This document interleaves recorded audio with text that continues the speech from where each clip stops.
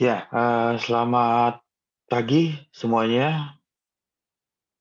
Selamat pagi, Pak. Pak, di Pak. Ya, untuk suaranya bisa, terdengar jelas ya untuk suara Zoom-nya? Jelas, Pak. Jelas, Pak. Ya, jadi, ketemu lagi di minggu ini, di hari ini untuk mata kuliah, metode analisa numerik. Jadi di pertemuan kali ini kita coba untuk membahas atau diskusi mengenai teori tentang akar persamaan. Jadi pada saat eh, proses penghitungan itu bisa dilakukan dengan cara analitik maupun dengan cara eh, numerik. Nah, dengan cara analitik ini, ketika ada permasalahan, permasalahannya apa? Ya permasalahan ketika mendapatkan persoalan hitungan yang cukup kompleks atau cukup rumit. Itu yang, yang bisa diselesaikan dengan menggunakan, metode numerik. Salah satunya, ya ini masih contoh yang sederhana ya, karena, dengan hal yang sederhana dulu ketika itu sudah dipahami, bagaimana proses hitungannya secara, numerikal, nanti bisa dipergunakan untuk, cara yang lain yang lebih, complicated lagi. Nah, ini adalah contohnya di akar persamaan. Saya akan coba untuk, lakukan share screen.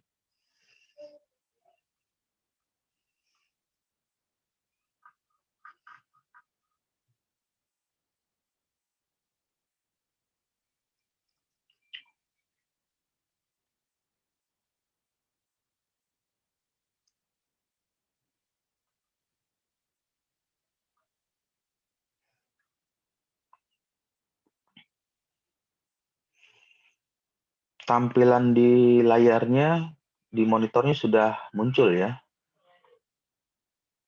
Sudah, Pak. Ya. Jadi, ini adalah, teori tentang akar persamaan yang diselesaikan dengan cara, numerikal.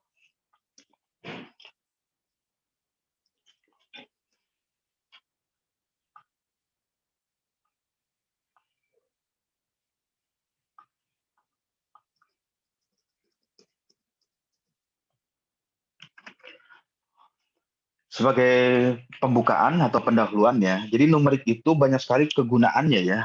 Pertama bisa digunakan untuk di bidang teknik, ya seperti di mechanical engineering, kalau di teknik mesin ya nanti Anda bisa mencari suatu akar persamaan dari, hasil penelitian, terus dicari nilai, persamaannya, model matematikanya yang diselesaikan dengan cara numerik. Kemudian fisika, kimia, ekonomi, astronomi, lalu di bidang medis atau bidang kedokteran juga bisa menggunakan metode numerik untuk mencari suatu permasalahan tertentu. Jadi singkat kata, persamaan matematika yang dipergunakan itu bisa eee, diselesaikan dengan cara numerikal. Jadi segala sesuatu yang berhubungan dengan model matematik atau persamaan matematika itu bisa diselesaikan dengan cara numerik.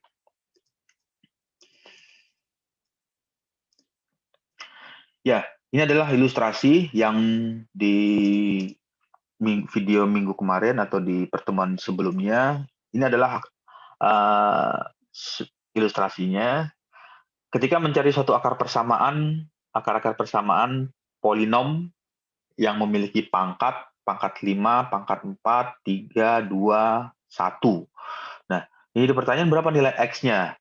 Ya, ini bisa diselesaikan dengan cara analitik atau dengan cara eksak atau dengan hitungan di atas kertas, tapi juga bisa diselesaikan dengan menggunakan numerikal.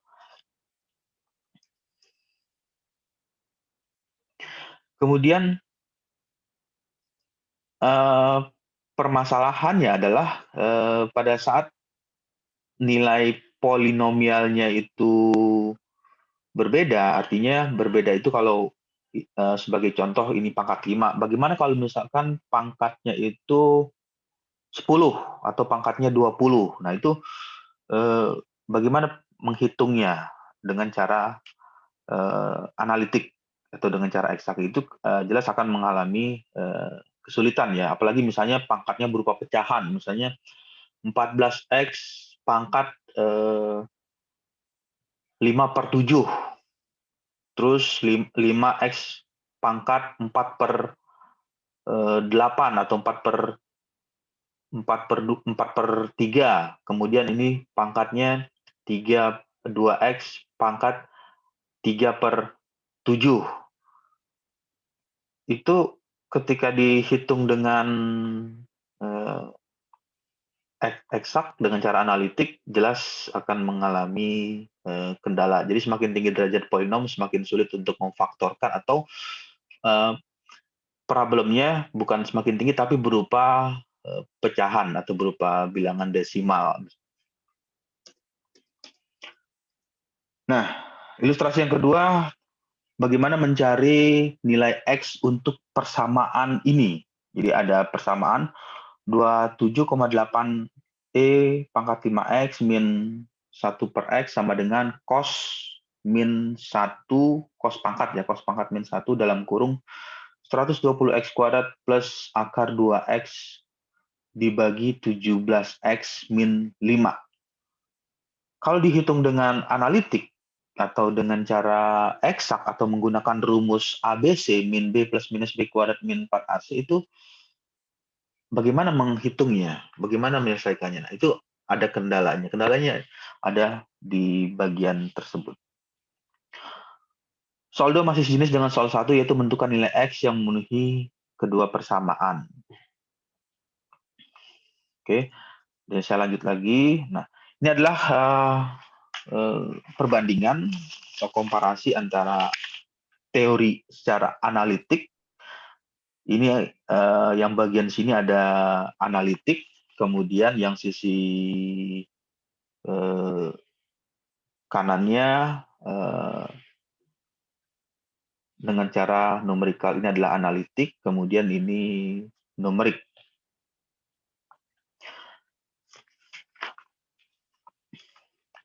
Metode analitik itu adalah solusi eksak. Yang dimaksud dengan kata eksak itu hasilnya itu tepat. Jadi sesuai. Jadi kalau diumpamakan hasilnya itu pas, misalnya misalkan pada saat menghitung nilainya tidak ada koma. Jadi kalau misalnya 4 dibagi 2, ya nilainya pas 2. Jadi tidak ada nilainya 2,0001 atau 1,999, tapi hasilnya adalah pas. Nah, kalau di numerik itu hanya melakukan pendekatan. Jadi kalau misalkan dibagi di sini 4 dibagi 3. Nah, ini nilainya 1, dan seterusnya titik-titik. Nah, nilai pendekatan inilah yang dilakukan oleh numerikal. Jadi numerik itu hanya melakukan pendekatan. Jadi hanya memprediksikan nilai pendekatan. Jadi nilai yang paling benar, nilai yang tepat secara hitungan matematik adalah dengan cara eksak. Tapi yang jadi problemnya ketika mendapatkan persoalan atau mendapatkan kasus seperti ini. Nah, ini gimana cara menghitungnya ketika diselesaikan dengan cara numerikal. Nah, jelas tentu harus mencari terlebih dahulu teori apa atau rumus apa yang bisa menjawab soal tersebut. Jadi yang perlu dicari adalah berapa nilai X-nya. Nah, untuk menjawab ini, ya berarti harus menghitung dengan rumus eksak. Nah, apakah ada rumus eksak yang bisa menyelesaikan ini. Nah, itu yang jadi kesulitan ketika menyelesaikan hitungan atau contoh hitungan matematikanya seperti ini.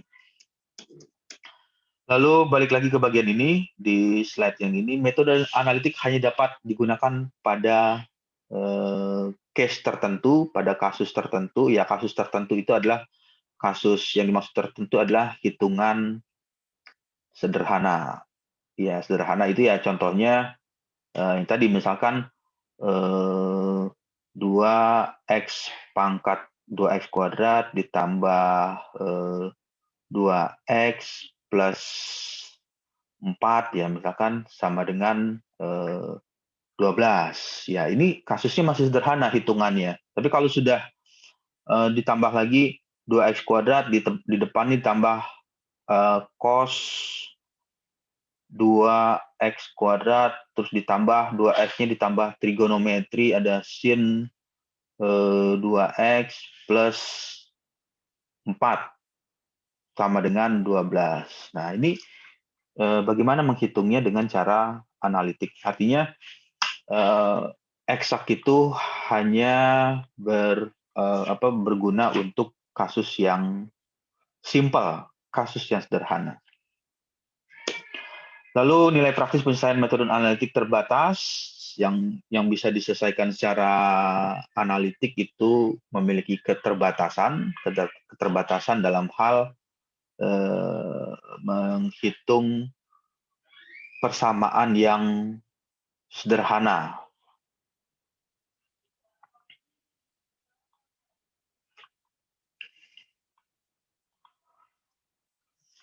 Kemudian teknik numerik atau cara metode numerik ini teknik yang digunakan untuk memformulasikan persoalan matematik sehingga dapat dipecahkan atau diselesaikan dengan operasi hitungan aritmatika biasa. Nah, jadi ya contohnya seperti tadi mencari akar persamaan dari persamaan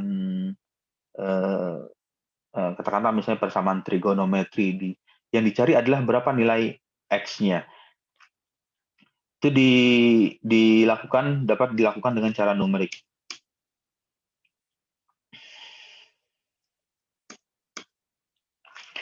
Kemudian ini adalah komparasi atau perbandingan dari dua metode yang dipergunakan, yang satu dengan cara numerikal, yang satu dengan cara analitik. Analitik yang tadi mencari akar persamaan, misalkan mencari persamaan 2x kuadrat ditambah 2x plus 4 sama dengan 10. Itu bisa dicari dengan menggunakan rumus ABC, min B plus minus B kuadrat min 4AC per 2A.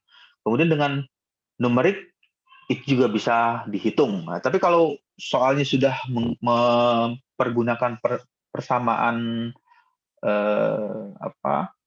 trigonometri atau persamaan polinomialnya berupa pecahan, itu akan mengalami kesulitan. Numerik, solusi selalu berbentuk angka. Kemudian untuk ke analitik, solusinya itu dalam bentuk fungsi matematika. Kemudian di numerikal juga ada bagian ini yang ditampilkan di sini. Ada kata hampiran atau pendekatan. Jadi numerikal itu hanya mendekati. Mendekati itu hanya perkiraan saja. Itulah numerik. Jadi numerik itu yang salah satu kelemahan dari numerik itu dia tidak bisa memprediksi secara tepat. Tetapi kalau secara eksak ini hitungannya selalu pas atau selalu tepat hasilnya. Lalu yang jadi problem di analitik ini adalah hitungannya itu harus hitungan yang sederhana.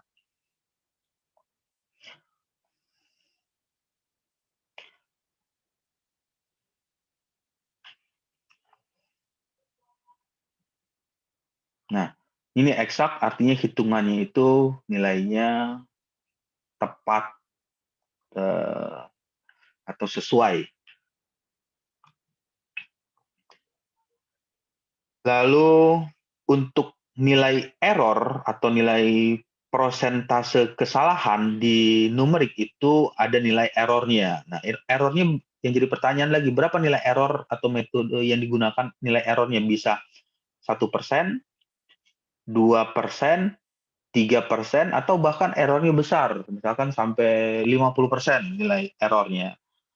Sedangkan kalau di analitik itu tidak ada nilai kesalahan, tidak ada salahnya, jadi tidak ada salah, jadi nilainya persentase kesalahan itu 0%.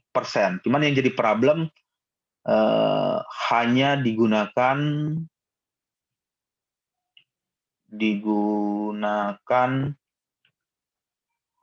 untuk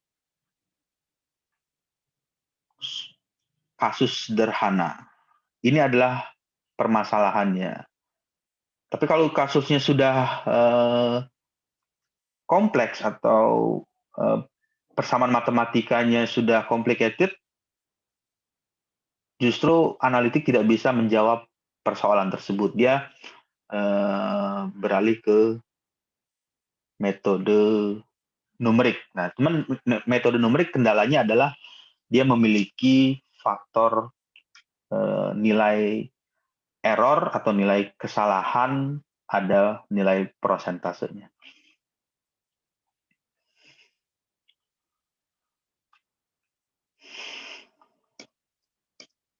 Lalu di slide selanjutnya ya, di slide berikutnya, kegunaan dari metode numerik ini bisa digunakan ya untuk di bidang rekayasa.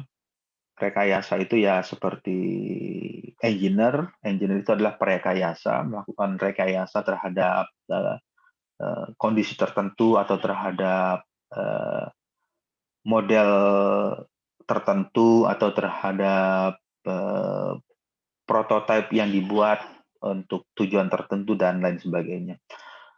Lalu masih banyak cara penyelesaian persoalan matematik yang dirasa terlalu sulit atau dalam bentuk kurang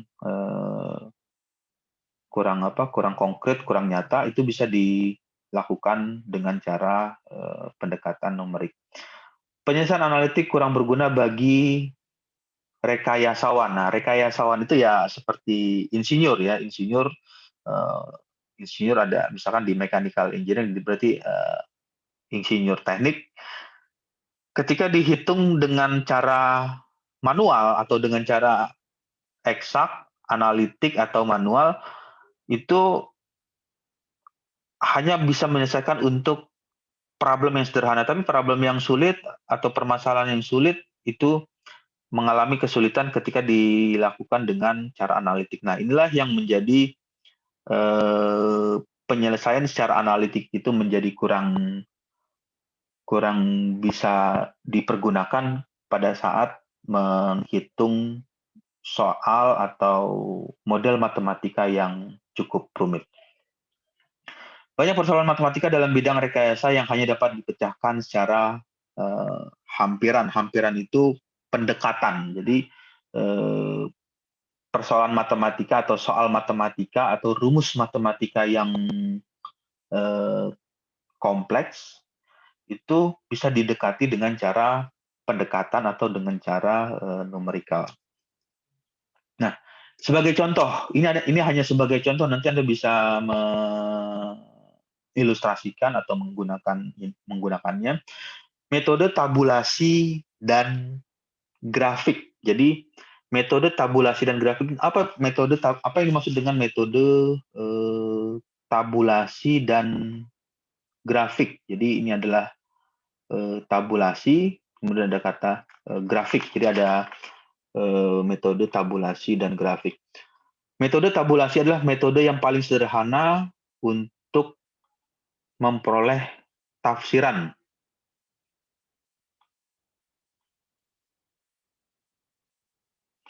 Untuk memperoleh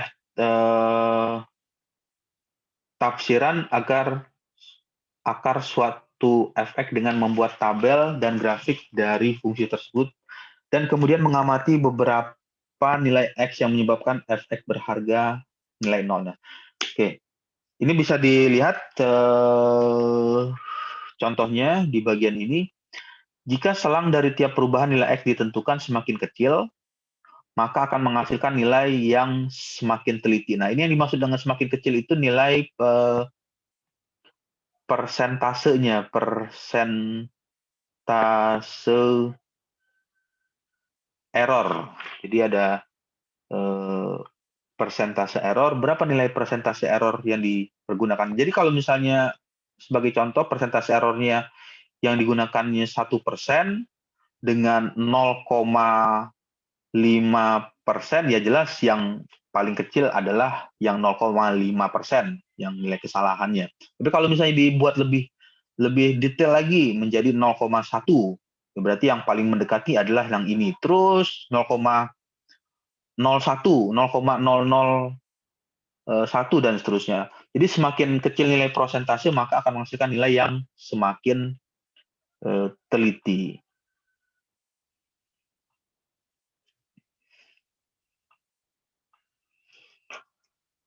Kemudian ini adalah contohnya untuk tabulasi. Jadi seperti ini. Yang pertama adalah ini adalah algoritma. Algoritma itu artinya langkah-langkah atau tahapan yang digunakan. Yang pertama, untuk cara tabulasi, pertama menentukan nilai titik awal fx, fx1, fx2 dengan syaratnya itu adalah fx1 dikali dengan fx2 nilainya lebih kecil dari 0. Yang dimaksud dengan lebih kecil dari 0 itu artinya nilainya bisa negatif. Jadi kalau ini direpresentasikan ini adalah nilai 0, ini adalah titik 0 ya. Jadi kalau ke ini 1, ini 2, ini 3, ini 4, dan seterusnya. Sedangkan kalau ke kiri, -1, ke kiri lagi -2, -3, kiri lagi -4, dan seterusnya.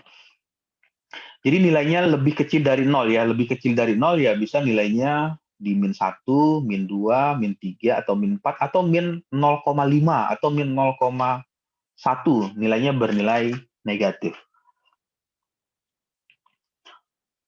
Lalu yang kedua, algoritma langkah yang kedua membuat tabel. Jadi nilai tersebut dijadikan tabel. Nilai yang tadi, nilai fungsi tersebut, fungsi ini dibuat ke dalam bentuk tabel di antara x1 dan fx2. Kemudian yang ketiga membuat tabel sekitar 2 titik x penyebab perbedaan tanda fungsi fx.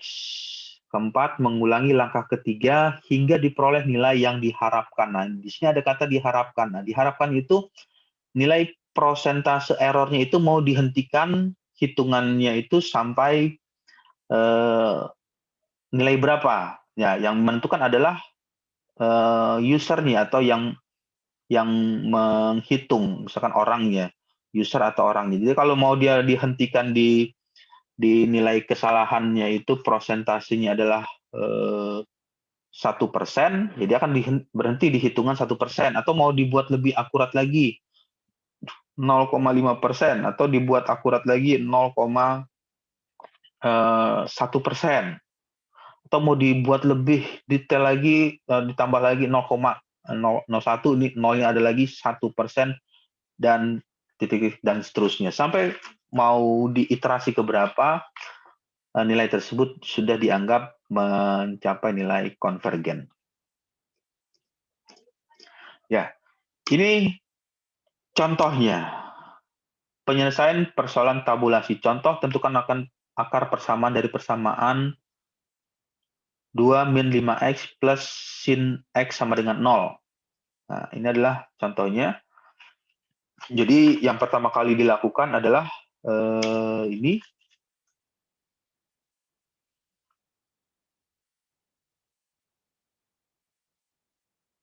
Di sini ini adalah soalnya. Ini adalah soal yang diselesaikan dengan cara ini, tabulasi. Jadi ini adalah soalnya fx sama dengan 2 min 5x ditambah plus ya, plus sin x sama dengan 0. Langkah pertama itu lihat dari algoritma yang ini, nomor 1, 2, 3, 4. Langkah yang pertama adalah tentukan fx awal yang memenuhi syarat. Misal atau contohnya di bagian ini kita mulai dari nilai 0. Jadi diasumsikan nilai awalnya itu untuk nilainya adalah 0. Berarti nilai 0 ini disubstitusikan, dimasukkan ke sini. Jadi 0 fx1, x-nya itu dianggap nilainya 0, kemudian 2, ini adalah 2, kemudian 5, terus x-nya diganti dengan nilainya adalah 0. Lalu ditambah sin x, x-nya diganti dengan 0, kemudian dihitung 2 min 5 dikali 0, 0, sin 0 1 di sin 0 0 ya, 0. Jadi kalau dihitung ini 2 min 0 plus 0 ya, hasilnya sama dengan 2, sama dengan ini.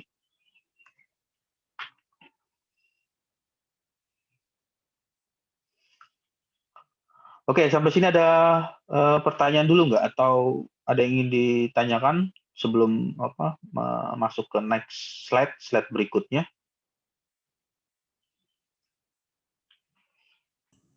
Pak, mau nanya, Pak. Ya. Itu X1-nya maksudnya bebas kan, Pak, ya? Nggak mesti 0 gitu, kalau kita mau angka lain. Untuk X1, jadi untuk X1 itu cara melihatnya balik lagi ke ini ya, ke bagian ini.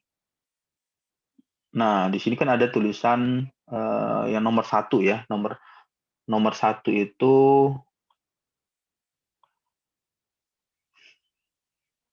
algoritma nomor 1 menentukan titik awal fx. Misal fx1, nah berarti yang dicari itu baru ini dulu nih, baru fx1. Kalau yang tadi baru mencari nilai fx1 nih, baru mencari nilai fx1. Itu baru masih algoritma yang pertama ya, algoritma pertama. Dan fx2 syaratnya adalah jika nilai fx1 dikali dengan fx2 itu harus nilainya lebih kecil dari 0. Kalau nilainya tidak sama dengan 0, nanti berarti nilai fx1-nya sebagai tebakan awalnya bukan dimulai dari angka 0. Oke, next slide, dilihat lagi di slide berikutnya. Slide berikutnya adalah di sini dituliskan dicoba lagi dengan nilai x-nya yang berbeda. Yang tadi dimulai x-nya itu dimulai dari angka 0, sedangkan nilai x-nya itu dimulai dari angka 1. Angka 1 itu kita coba lagi dimasukkan ke sini, disubstitusikan ke sini. Dimasukkan, ya nilainya ini 2 min 5, ya ini hasil 5, kemudian x ini satunya itu x-nya diganti dengan 1, kemudian plus, ya ini tanda plus, kemudian sin, ini sin, x-nya diganti dengan nilai 1 ini. Dihitung nilainya, ketika ini dihitung 2 min 5, 2 min 5 dikali 1 ya, ini artinya 2 min 5 dikali 1 plus sin 1, hasilnya adalah ini. Nah, tadi balik lagi ke algoritma yang sebelumnya. Algoritma yang sebelumnya adalah di bagian ini urutannya. fx1 dikali fx2. Berarti fx1-nya berapa? Fx1-nya adalah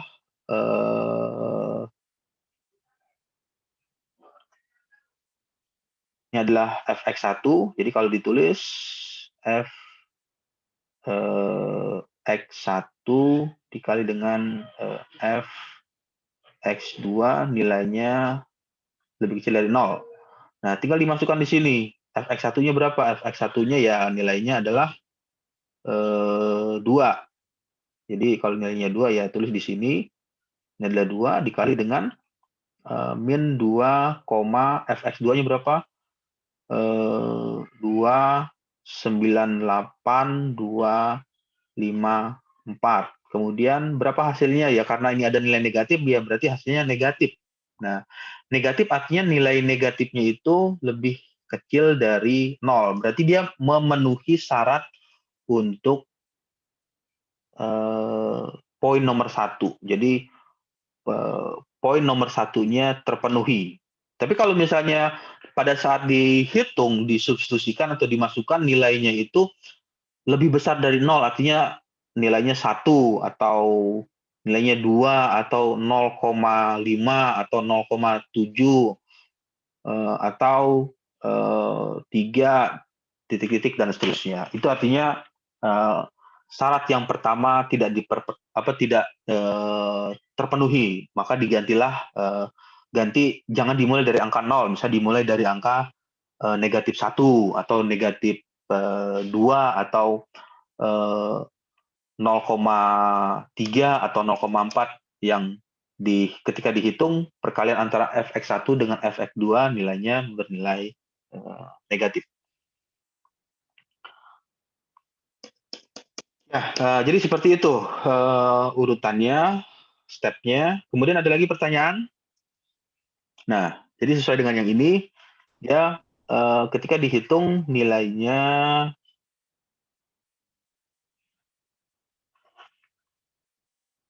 kurang dari 0, negatif, bernilai negatif. Karena kalau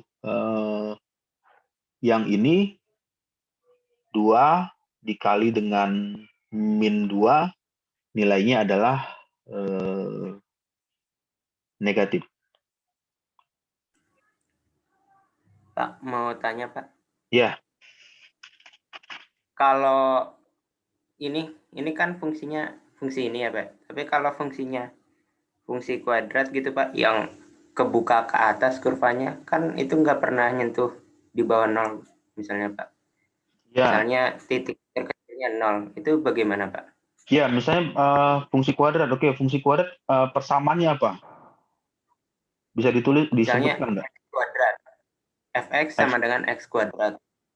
Apa? Fx sama dengan x kuadrat. X kuadrat, ya? Iya, udah. Kan dia nggak pernah nyampe titik minus, Pak. Ya. Itu gimana, Pak? Ya. Nah, kalau yang ini kan maunya apa? Misalnya kan mau dicoba dengan cara yang mau dicari apa nih? Misalkan ini kan fx sama dengan x kuadrat. Ini persamaan kuadrat ya. Nah, persamaan kuadratnya itu